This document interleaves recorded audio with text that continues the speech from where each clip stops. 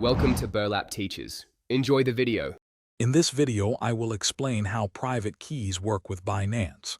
It's important to understand that when your cryptocurrency is on Binance, the exchange manages the private keys for those assets.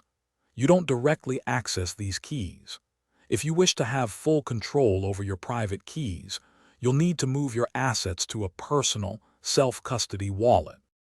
A private key is essentially a secret number that allows you to spend your cryptocurrency. It's the ultimate proof of ownership for your digital assets on a blockchain. If someone gains access to your private key, they can control your funds. Conversely, if you lose your private key, you lose access to your cryptocurrency forever, so keeping it secure is paramount.